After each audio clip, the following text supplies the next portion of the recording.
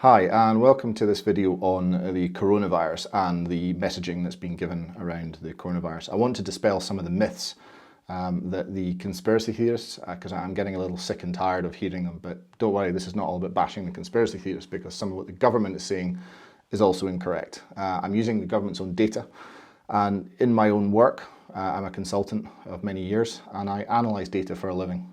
I draw conclusions and I look at market trends.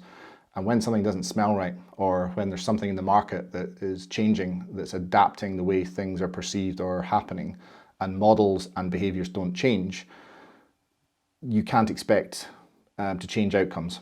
And I believe this is what's happening in the world today. We're following a model that doesn't seem to work. We're imposing restrictions on large swathes of population, and we aren't conveying the messaging to the population clearly as to why that's happening. I know the government's doing that, and I will go through all the data points and I will go through all the elements that are important, because there's good and bad on both sides. The government are actually doing a good job when you look at the data.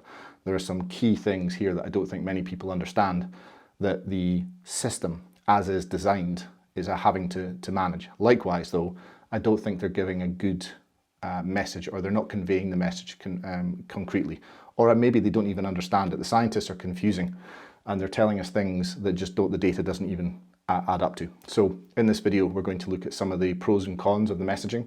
I'll leave it up to you to decide, because I appreciate everyone will be on both sides. I'm going to take a completely impartial view, but there are questions I think need answering. So welcome to the video.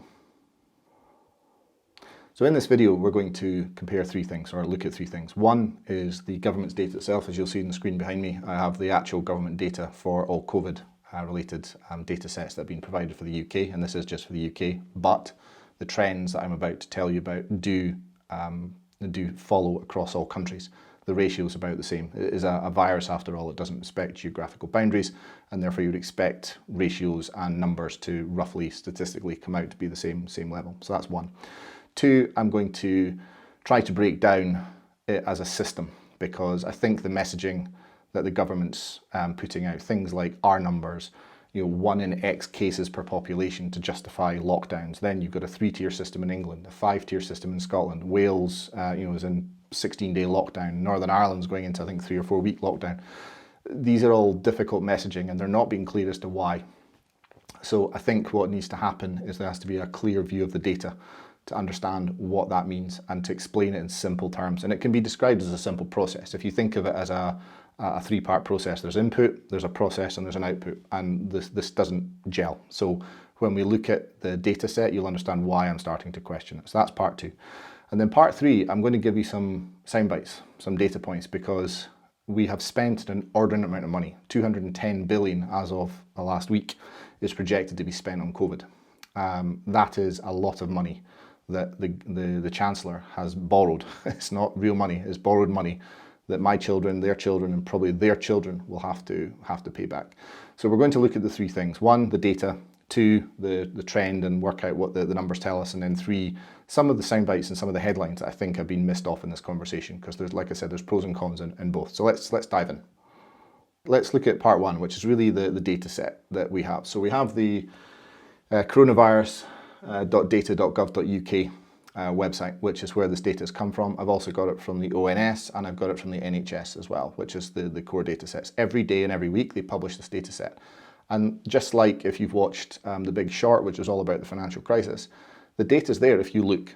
And if you can analyse it and understand it and build a model and a pattern, because things in a system follow a pattern, it's pretty simple to follow and to understand. So this is what I've done. And in my work, as I said, I am fascinated, in the market and our clients are asking us about the future of work. We're sending people home, we're making people do different things, different ways. And if you think about business and you think about capitalism and commerciality, we have had to change the fundamental business models based on this data. So the government, this impact has had a massive impact on, this virus has had a massive impact on what we actually do in the world. So I think it's important to discuss, and like I said, it's for you to make your own judgments. Let's look at the data. The data tells us that we have really a system. Okay, so I want you to think about a 4 or 5 part process. So really, you will all have seen the video online that the government in the UK put out, and it shows, I think it's from New Zealand, a blue background with effectively a process like a fork where somebody infects somebody else, they then infect the same number of people, and it forms a root and branch diagram. And in Scotland anyway, the voiceover is that by shutting off one of these people through social distancing, etc., you shut off the entire stream, and therefore you are saving lives, and you're being a good citizen and helping out a struggling economy effectively. That's the message. And to be fair, that is correct. That's how disease spreads. The R number, the R naught, which is the number of people you will typically infect by having a disease. If it's above 1, it exponentially grows. If it's below 1, it dies effectively.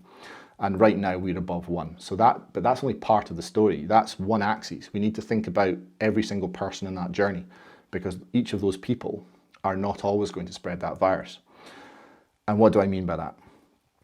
Well, the first part here is this step process you go through. So if you think about it, I may go out, I may meet someone in public, I may or may not catch the virus. Let's say that this person has the virus. So step 1 in the process is, do I become infected? Right? That's the first decision point.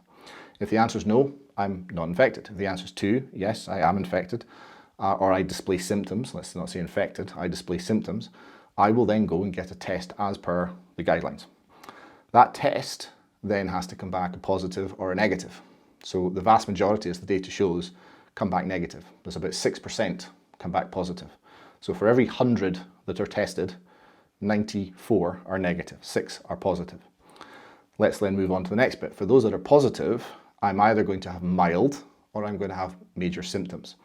If I have major symptoms or it gets worse, I will most likely be hospitalized. And the data again shows that 6%, so for every 100 that are positive, 6 end up in hospital. So now we're in hospital. The NHS are doing a great job. We've all stood on doorsteps and clapped for the NHS, and they are under significant pressure. The data shows this, and I'll come back to that bit in a minute, but they are under significant pressure. The system is being loaded with people who are filling the NHS, but it's not the complete story, and I will share the data on that later. The NHS will treat you, and will treat you well. They will either cure you, or you will progress on to most likely an MV, mechanical ventilator, or basically a ventilator bed. And again, the data is currently showing that about 10% of those who are put in hospital or hospitalized require ventilation. Okay, and you remember the push way back in the initial kickoff of the virus. We all had Formula 1 teams and things creating ventilators. We had Nightingale hospitals being set up with lots of ventilator beds and such like. Those are now being closed because the system doesn't fully need them. But 10% of all people hospitalized as of today are being required to have a ventilator.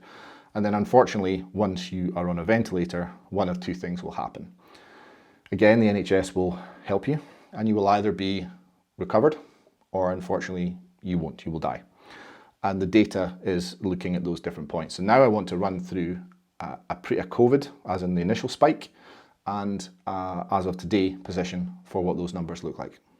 So let's look at the actual figures for the 25th of October, which was yesterday as this video was being recorded. The data shows that as of the 25th of October, on this particular date, the NHS undertook 321, give or take, 1,000 tests for COVID-19. That, if you think about it, I'm going to jump to the third part of this video very quickly, is a phenomenal number of tests. If you assume that and this is where the government does require some credit, if you think about that number of testing, right, that's process testing in day. So if the machines and the people are working for 12 hours, that's 450 tests every second. Now let's assume they work for 24 hours. That's 225 tests every second. That's another 225 done. They're doing that every second of every minute of every day. And this is what's happening, and it's getting higher. So Boris Johnson, Nicola Sturgeon, and the other First Minister standing up and saying that the NHS and the track and trace and testing procedures are growing is telling the truth. They are.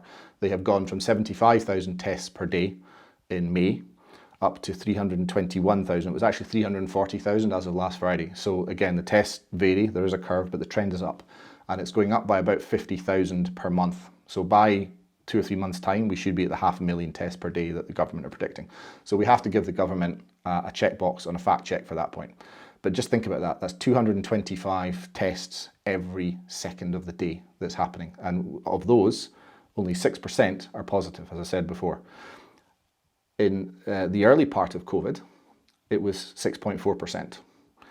As of Friday, it was 5.8, 5.9%. So if you round it up or down, it's about 6%.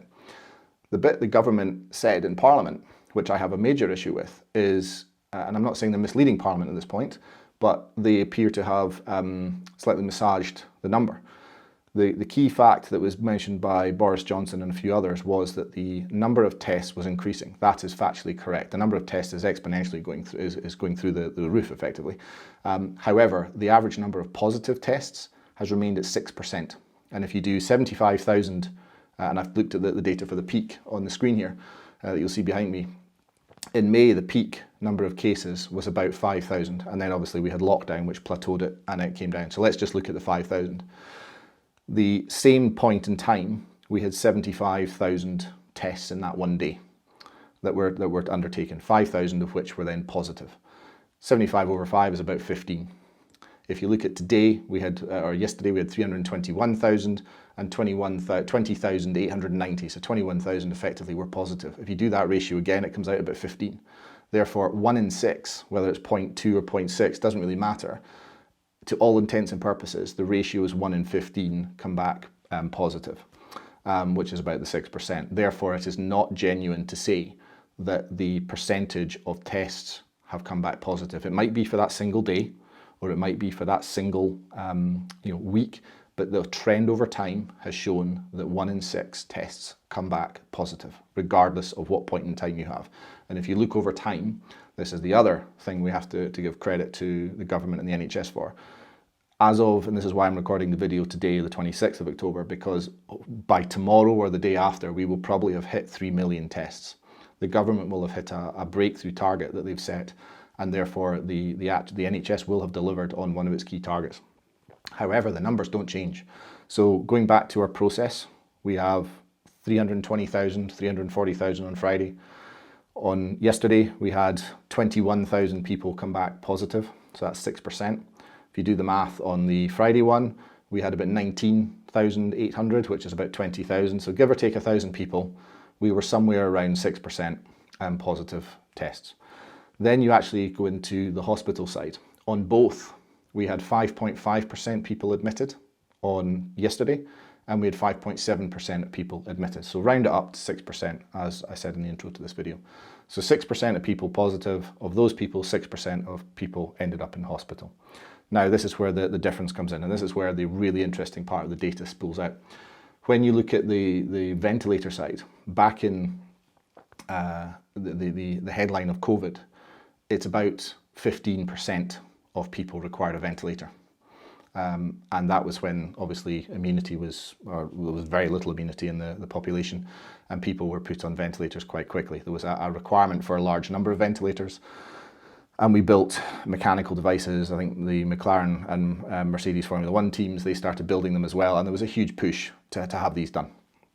Now, then we get to today, and actually as of the data set, we are looking at 3.75%. That's a third, or not even, it's a quarter of the people who were at the peak. So a lot less people are being put on ventilators, mechanical ventilated beds, and that means something has changed. So the same number of people are being put in hospital and less people are being put on ventilators. So medicine has improved. So we obviously know that there's vaccines being tested. We know there's drugs that are combating the virus, and those must be having some form of impact. And unfortunately, finally, we again get to mortality, death. Back at the peak of COVID, we had a mortality of those who went onto ventilators of about 20%. So 1 in 5 people who were on a ventilator back in March, April, May died, unfortunately. And that was when the country decided that we were going to go into lockdown. And that was a sensible thing to do at that point. It was, 1 in 5 is a ridiculously high number. Now, when you go to the data set, we are looking at about 6.5%. It's not anywhere near, that's 1/3. So 1/3 of people on a ventilator will die. which means 2/3 will recover. So that just goes to show the great job that the NHS are doing, that the nurses and the doctors that are putting themselves at risk of this virus. Again, I'm not commenting on the virility or the efficacy of how dangerous the virus is. We'll come to that later. But the nurses and doctors who look after you are doing a great job because they have improved your chances of living effectively in hospital through their due diligence. Now, when we look at that as a whole, what that means is you had, during the pandemic, over the entire thing, we had a 6.5% chance of death from the virus. So if you caught it, you had a 6.5% chance of dying from COVID-19. That's what the NHS and the government data says. When you splice that into the daily data, the data as of today, as of last night, shows that you had a 0.5% chance of dying.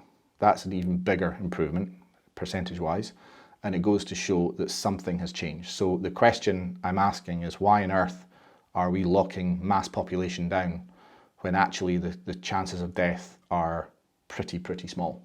And it's really around understanding some of the parts of the process. So the input side that we've just investigated, the numbers coming in through the process to the output, the death, show that the numbers of cases are going up, but the numbers of deaths are going down. So something in the middle has changed. The process has to have changed. Now, what could that be? It could be medicine, it could be drugs, it could be treatment, it could be a vaccine, don't have that yet. It could be lots of things, or it could be population change. We may be getting immune. I don't know. I haven't got the data to support that yet, but there's something that has changed.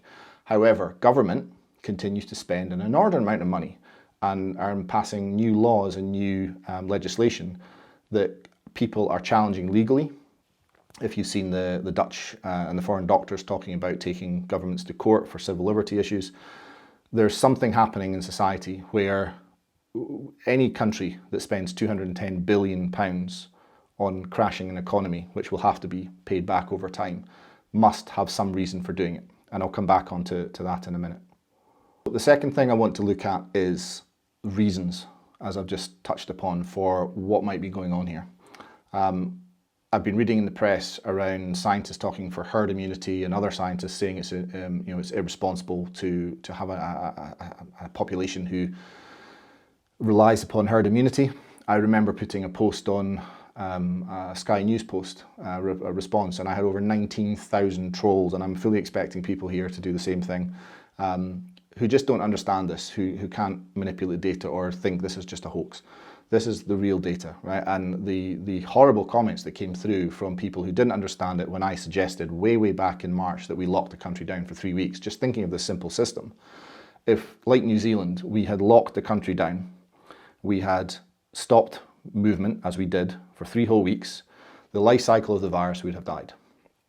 And that means over the 14-day incubation, plus the 7 just to be sure, every trace of the virus in hospital and people entering the country or in the country would have stopped. And therefore, we would have prevented the virus from spreading. However, that requires input and output to stop. And if we stopped everyone coming in the country and we stopped everybody leaving the country, we would have a contained unit, which means we would be virus-free once we had prevented it. The only other virus we've ever done with this kind of thing with before was actually smallpox. The smallpox was not just fixed by a vaccine. It was also by people control and movement. So we stopped people from moving around, and we also developed a vaccine. And those two things together eradicated smallpox. It's the first disease in human history that has been completely eradicated through those two methods. So now I want to come to another part, which is something that I find challenging. So I have analysed the full admissions, and I'm going to drill into England here because it's a 4-nation approach. Therefore, I don't have the full data for Scotland and Northern Ireland and Wales. They're reported differently, but NHS England has reported its data every day and every week since the 2nd of March, which I have. So, and it's fully available on the internet on that website I gave you originally. I'll put it in the comments below. Looking at the data, I'm struggling to understand government sentiment and rhetoric around the struggle on the NHS, and I'm sure it is very tough being a nurse and a doctor. I remember way back to med student days when being on the wards, it was a tough gig then, and I'm really sure it's an even tougher gig now. especially with all the austerity measures we've had before. Regardless of whether you have a Tory, a Labour, Lib Dem, whatever, this is party political, independent. The NHS isn't a football that needs to be kicked around. It does a very tough job, and these people are saving lives. The data that they are putting, though, shows that they have 110,000 beds in England, of which only 2,000 to 3,000 are occupied by COVID patients, ventilator patients. 6,000 are occupied by COVID. So there's no bed shortage. When you look at the occupancy rates for adult intensive care beds, there's about 4,100 adult intensive care beds in England, of which 3,800 are occupied. Only 2,700 of those, so that's an 81% occupancy rate, only 2,700 of those are occupied as of yesterday by COVID-19 patients. So other patients are occupying the beds that require ventilation. And of course, disease doesn't stop. And this is the other point. The challenge for the data that I'm asking for, and I've heard other people, other drug companies ask for it as well, who are openly challenging the government data set. It does not make sense to say that the NHS is being put under pressure. It is, but not to the point where there isn't capacity, because you're not always just admitting people every day, you're discharging people every day. And the data, when you look at it, shows that on average, between the 2nd of March and the 30th of September, which is the data set that's the latest data, 54,206 net discharge happened. And of course, that's the people who were admitted in the first wave. So we're sitting with a number of beds that are available. Now, they're not all available for COVID, obviously. So we still have an issue where we need to run a health service. We have people who get sick, we have cancer, we have heart disease, we have prostate, we have all sorts of cancers that people have to deal with. Diabetes, there are things that people are admitted for. And we are stopping non-necessary or non-urgent treatment, as we put it, and that's making headline news. But the data shows that we still have people in hospital that are still being treated. It shows there's capacity in the system. So again, the data set that's not been made clear is why the system, if it's at breaking point, the data A doesn't show that, and B, we are putting such massive changes into a system, the population, to manage civil liberty, to manage movement, and to stop spread when the spread is only infecting 6% of the population. That doesn't make 100% of sense. Following on from that, the next data point which is shown is when you look at the death registered by week across the whole of England, the number of deaths registered for influenza and pneumonia are 3 times higher, according to the NHS own data.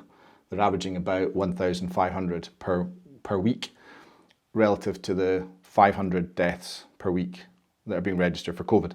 So my challenge is this continues, and the line for influenza and pneumonia, it continues to be a flat line. It's decreasing ever so slightly, but obviously we're coming into the winter months because that's the summer dip.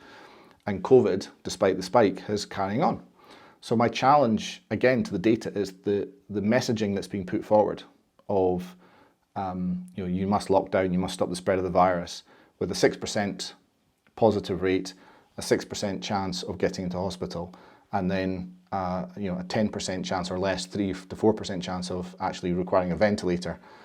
It seems significant in terms of effort, cost, and population control for something that doesn't seem to, unless the data is showing something that we've not been told, or there's an issue with COVID that's not been released, where there's something in that doesn't make sense to the population. And that's the bit that's troubling me from a perspective of the population is being told to do something that the data doesn't back up. And therefore trying to explain it and just say, we have 102 deaths today, we've had 21,000 positive cases. Great, but unfortunately 102 people died. However, according to the data, 300 people died of influenza and pneumonia. We aren't hearing about this. So I've done some digging, and has been reported in the press. In the UK, COVID-19 was the 24th highest death rate this week in NHS England. That was eclipsed by other things like ischemic heart disease, cancer, all sorts of things. I have the data here, which I'll put in the detail down below. It's all publicly available. So why on earth are we're pursuing something and making such a noise around something that has effectively a low efficacy rate? Yes, it might transmit, the R number might be significant, but its mortality rate is quite low compared to the rest, and that's something that we need to look at. So let's look at something else. As I mentioned already, I want to compare pre-COVID outbreak with today. And as I mentioned already, the Prime Minister standing up in Parliament saying that the ratio of positive test to test was increasing is not strictly correct. It's fractionally different, and therefore with variation, it could be positive or could be a negative variation. It's just unsafe to say that it's increasing. It's safe to say it's about the same, very slightly either way. However, when you look at the graphs, the peak of hospitalizations in April, May was huge. It was almost 20,000 patients in one day were in hospital on a basis of 5,000 people being positively affected each day. And that had a death rate of about 800 to 900 persons per day, unfortunately. Go forward, and the skew of the data is showing that actually we have nigh on an opposite. We have 22,000 confirmed cases as of yesterday, 21,000 something, and we have 102 deaths. And when you look at the data, it's going up, but when you analyse the ventilator beds that are required, the government may give you one set, but the actual number on the 2nd of October to today, which is roughly doubling every 20 days, there were 280 ventilator beds required on the 2nd of October. There were 560 ventilator beds in England required as of yesterday. So that's 20 days to double. So when the government are showing these graphs, it's showing, again, they stressed on the press conference, this was an estimate, this was not a prediction, but it's fear tactics that come through, and they're trying to scare a population into believing something that the data isn't backing up. And I'm all for being proven wrong. I'd love to see the data model, but it's showing when you run the data, and I need to be on the wrong side, on the correct side of history, and not err on the side of caution here. But the data is showing a 20-day doubling period if you look at the ventilators. The infection rate might be going up every 7 days, 10 days, whatever, and that's being reported. But there's a correlation between the infection rate and the mortality rate. There's something disappearing and it's something different. It could be herd immunity. It could be the immunity in the populations and growing. It could be that actually the data is being collected wrong, or it could be that the model is wrong. And this is where I think the secret lies. As we all know, in IT industry, and anyone who writes computer code, anyone who processes data, if you put rubbish into a system, you're typically going to get rubbish out. And if you've overestimated or you have incorrectly assumed something, you're going to get rubbish out the back end. I've run models myself on Excel where you find later one tiny mistake. In one case, I had a one bracket wrong, and it made a fundamental difference to the calculation I was making. That fundamentally changed the whole model. And my fear is that the model that's being created is being adhered to without a thorough investigation as to what that model is. And why am I saying that? Because when you look at the number, so again, I have to come back to some credit here. So Rishi Sunak, the Chancellor, he has paid, according to reports, and the data shows it's about north of 200, but it's estimated at 210 billion. So when you look at the mortality rate of corona at this point in time, it's about 0.75%. So when you look at the population of the UK, and let's just assume we're all equally affected. We're not, by the way, but let's assume we all are affected equally.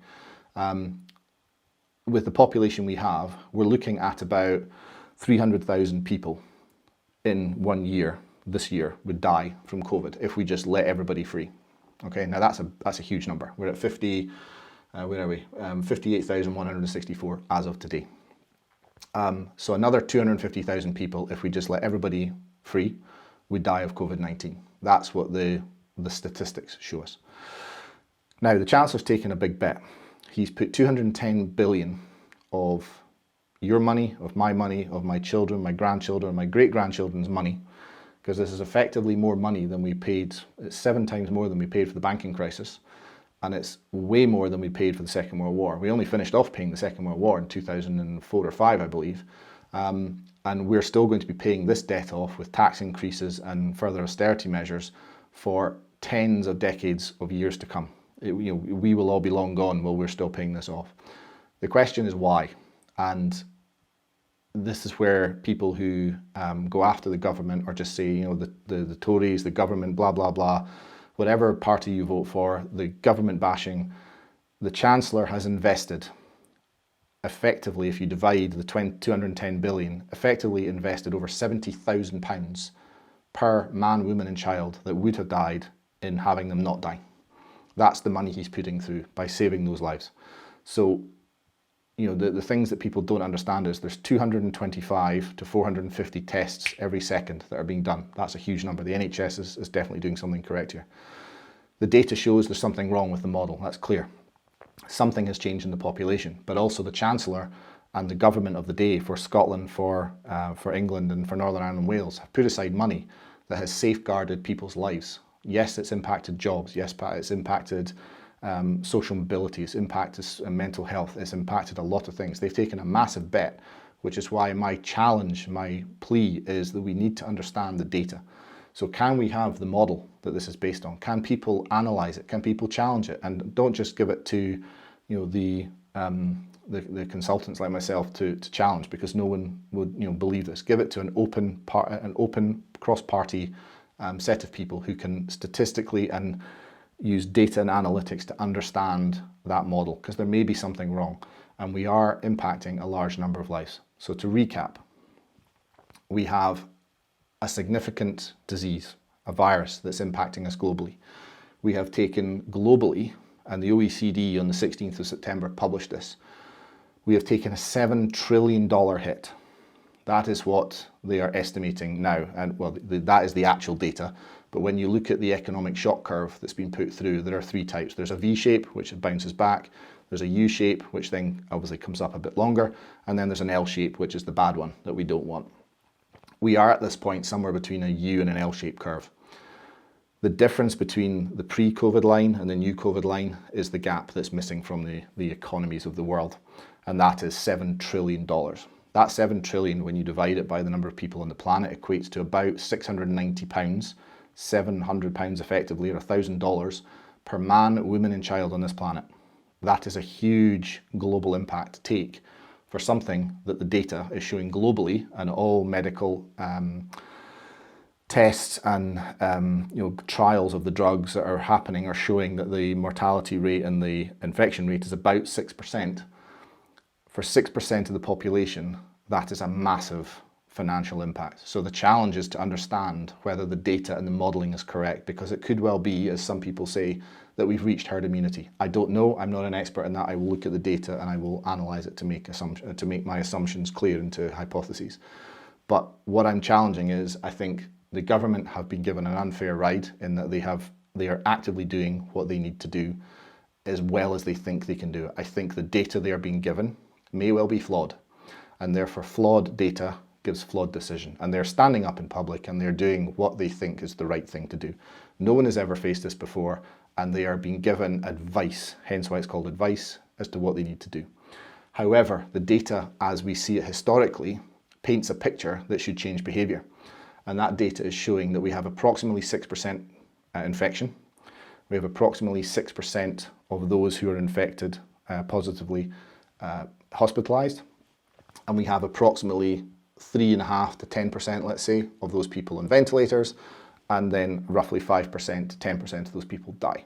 When you multiply all that through, because it's a multiplication sum, you come out with about 0.5 to 0.75% likelihood of dying from catching the disease. That is why when people look at the data and they see 102 people die for 21,000 positive cases, no wonder people think, what's the point? And they go out into the pub and they go out drinking. So plea to people who are in power, you need to explain it better. You need to actually explain that if this is as serious as we're led to believe, why? You need to explain what the data means, because right now, if I'm in a population of 1,000 people and I have a 0.1% chance, I'm what, 1 in 10 people that's going to die? That's not bad odds. So you're making people lock down, and you're fundamentally changing civil liberties through changes in law by not explaining the change correctly or appropriately, in my view. And therefore I would like to see the data to actually challenge it and see if there's been a mistake, because if that one bracket, like I've had before, is wrong, you're impacting millions and millions of lives. So I'd happily be open to challenge. You want to leave comments down below if you've got new data sources. I will look at this regularly, and I'm open to discussion with whoever wants to put comments below. Thank you very much.